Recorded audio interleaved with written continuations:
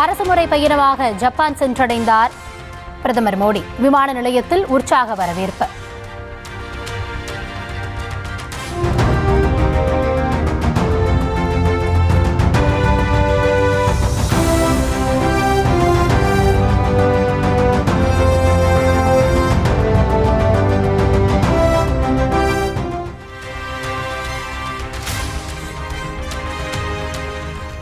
ஜப்பானில் பிரதமர் மோடிக்கு மகிழ்ச்சி பொங்க வரவேற்பளித்த இந்திய வம்சாவளியினர்.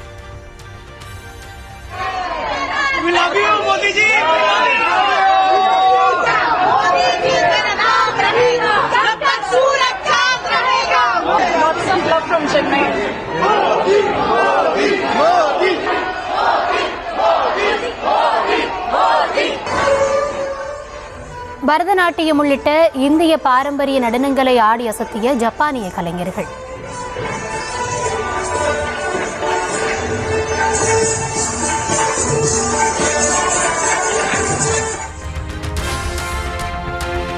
இந்தியாவில் அரசியலிலும் பொருளாதாரத்திலும் நிலைத்தன்மை இருப்பதாக பிரதமர் மோடி பேச்சு.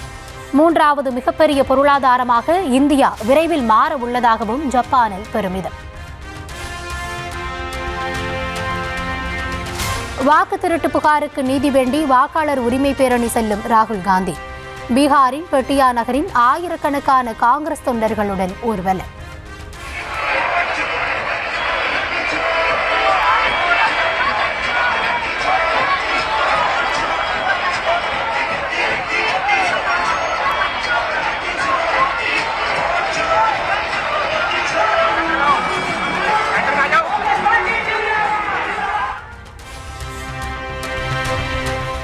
வாக்காளர் உரிமை பொதுக்கூட்ட மேடையில் பிரதமர் மோடி மற்றும் குடும்பத்தினரை தரக்குறைவாக பேசியதாக புகார். பீகாரைச் சேர்ந்த காங்கிரஸ் தொண்டரை கைது செய்து தர்பங்கா போலீசார் விசாரணை. ஜிஎஸ்டி வரி பிரச்சினைகள் தொடர்பாக எதிர்க்கட்சி ஆளும் மாநிலங்களின் நிதியமைச்சர்கள் டெல்லியில் ஆலோசனை. அமைச்சர் தங்கம் தென்னரசு, கர்நாடகம், கேரளம், தெலுங்கானா, இமாச்சல பிரதேச மாநில நிதியமைச்சர்கள் பங்கேற்பு. சென்னையில் ஆபரண தங்கத்தின் விலை சவரனுக்கு 520 ரூபாய் அதிகரிப்பு. ஒரு சவரன் 75,760 ரூபாய்க்கு விற்பனை.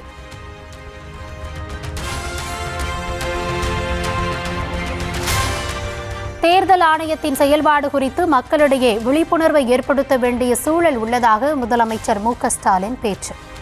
வாக்காளர் சிறப்பு திருத்தத்தின் மூலம் பீகாருக்கு ஏற்பட்ட நிலை தமிழகத்திற்கு ஏற்பட்டுவிடக் கூடாது என்பதில் விழிப்புடன் இருப்பதாகவும் உரை. சகோதரர் ராகுல் காந்தி நடத்தி கொண்டிருக்கிற அந்த விழிப்புணர்வு பயணத்தில் நான் பங்கேற்ற என்பது உங்களுக்கெல்லாம் நன்றாக தெரியும். இந்த நிலை தமிழ்நாட்டில் ஏற்பட்டுவிடக்கூடாது என்பதற்காக இப்போதே நம்முடைய விழிப்புணர்வை பெற்று நாம் அதற்காக தயாராக வேண்டும் என்பதற்காகத்தான் அதை தடுத்து நிறுத்துவதற்கான அத்தனை முயற்சிகளில் ஈடுபட்டிருப்பவர் தான் நம்முடைய என்ஆர் இளங்கோ அவர்கள்.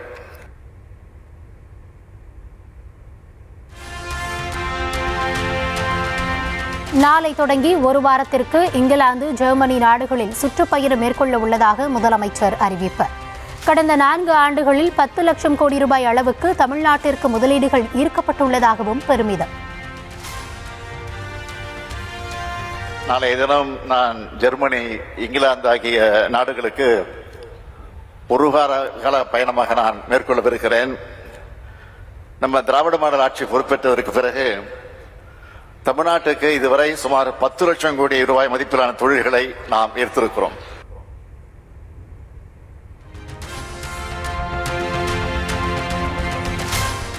லண்டன் ஆக்ஸ்போர்ட் பல்கலைக்கழகத்தில் தந்தை பெரியாரின் உருவப்படம் திறக்கப்பட உள்ளதாக முதலமைச்சர் தகவல்.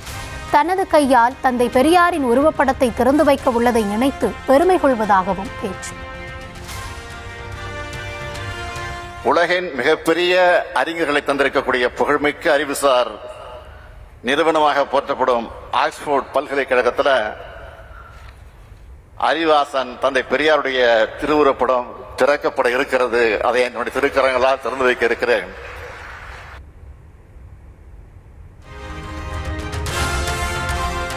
உங்களுடன் ஸ்டாலின் முகாமில் பெறப்பட்ட மனுக்கள் திருபுவனம் வைகை ஆற்றில் மிதந்து வந்ததால் அதிர்ச்சி. கடந்த மாதம் பெறப்பட்ட மனுக்களுக்கு தீர்வு காணப்படாத நிலையில் ஆற்றில் மிதந்து வந்ததால் பரபரப்பு.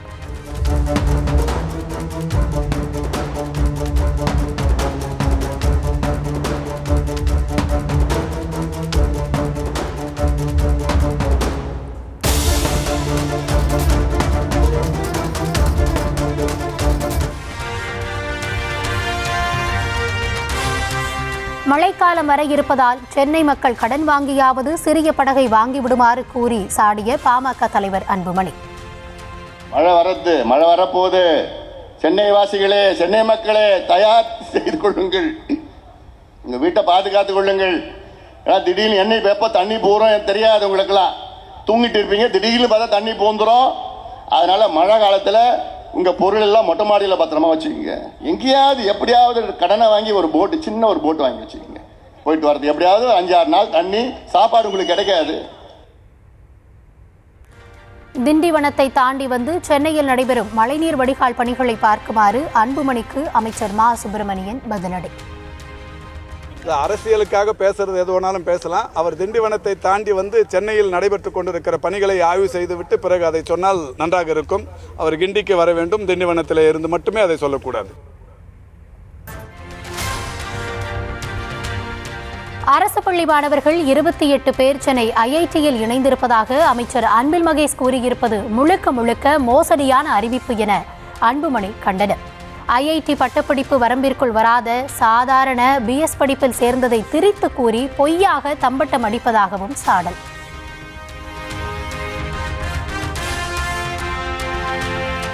இரண்டாயிரத்து 26 சட்டப்பேரவைத் தேர்தலில் தாவேக தலைவர் விஜயின் வருகை தாக்கத்தை ஏற்படுத்தும். அமமுக பொதுச் செயலாளர் TTV தினகரனை தொடர்ந்து தேமுதிக பொதுச் செயலாளர் பிரேமலதாவும் ஆருடன். 2006 கேப்டன் ஃபர்ஸ்ட் டைம் வந்தாரு. யாரோடையும் கூட்டணி கிடையாது, தனிச்சு தேர்தல் களத்தில் கேப்டன் வந்து போட்டி போட்டாரு. ஸோ நம்ம வந்து அப்போ 230 கான்ஸ்டிடியூன்சிலையுமே போட்டி போட்டாங்க. அதனால நிச்சயமா அந்த இம்பாக்ட் இருக்கு.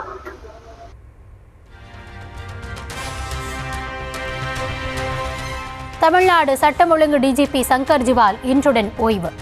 எழும்பூர் ராஜரத்தினம் விளையாட்டு மைதானத்தில் இன்று மாலை வழியனுப்பு விழாவிற்கு ஏற்பாடு.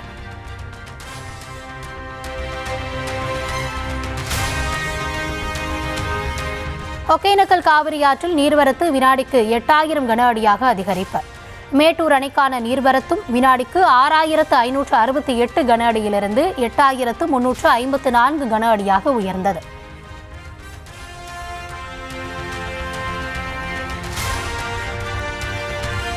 கோவை மாவட்டம் ஆழியார் அணையில் 5 மதகுகள் வழியாக வினாடிக்கு 1819 கன அடி உபரி நீர் வெளியேற்றம். கரையோர மக்களுக்கு நீர்வளத்துறை அதிகாரிகள் எச்சரிக்கை.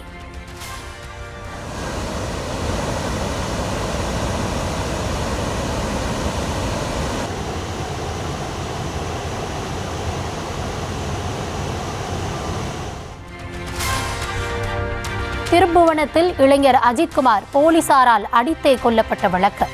நகை காணாமல் போனதாக நிகிதா அளித்த புகாரின் பேரில் CBI வழக்கு பதிவு.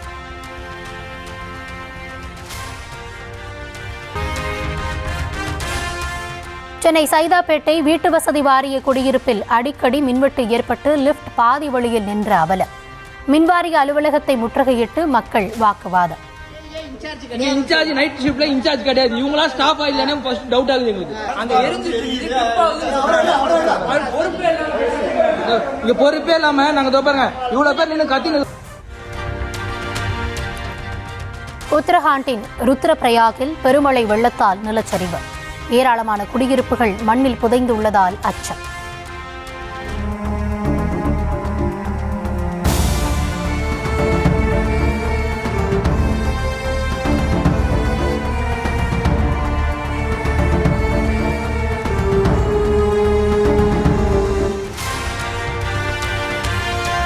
உத்தரகாண்டில் ருத்ரபிரயாக் ஸ்ரீநகர் இடையேயான பத்ரிநாத் நெடுஞ்சாலை மழைநீரில் மூழ்கியது. போக்குவரத்து தடை செய்யப்பட்டு பயணிகள் திருப்பி அனுப்பப்பட்டனர்.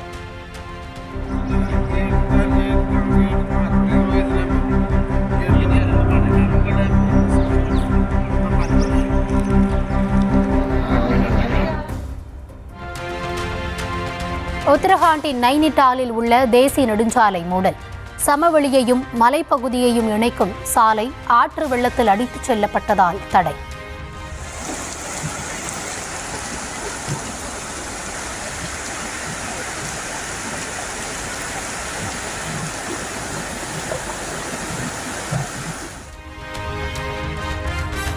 தெலுங்கானாவில் வெள்ளத்தில் அடித்துச் செல்லப்பட்ட மகன் மீண்டு வருவார் என 30 மணி நேரம் நம்பிக்கையுடன் அதே இடத்தில் காத்திருந்த தாய்.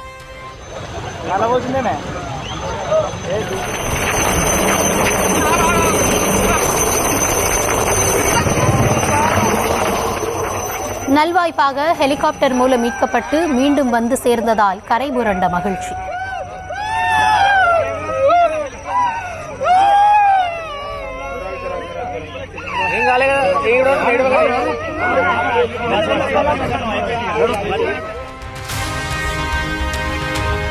பஞ்சாபில் மழை வெள்ள பாதிப்பை படகில் சென்று பார்வையிட்ட போது ஸ்வீடன், கோவாவில் கப்பலில் பயணித்ததை நினைவுகூர்ந்த அமைச்சர்கள்.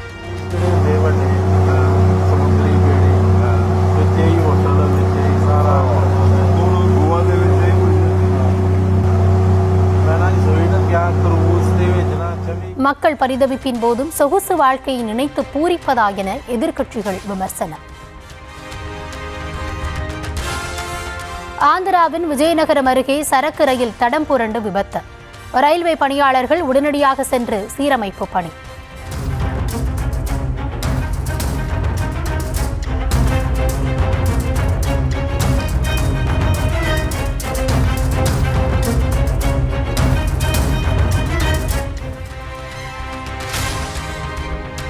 மராத்தா இடஒதுக்கீடு கோரி ஆயிரக்கணக்கானோர் மும்பையில் திரண்டதால் பரபரப்பு. காவி கொடிகளுடன் வாகனங்களில் வந்து முழக்கம்.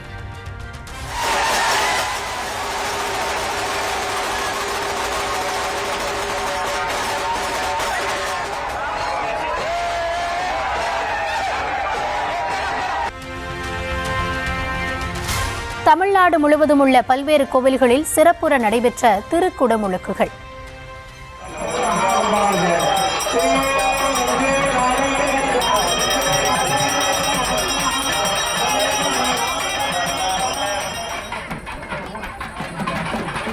ஏராளமான பக்தர்கள் திரண்டு மனமுருக கோபுர தரிசனம்.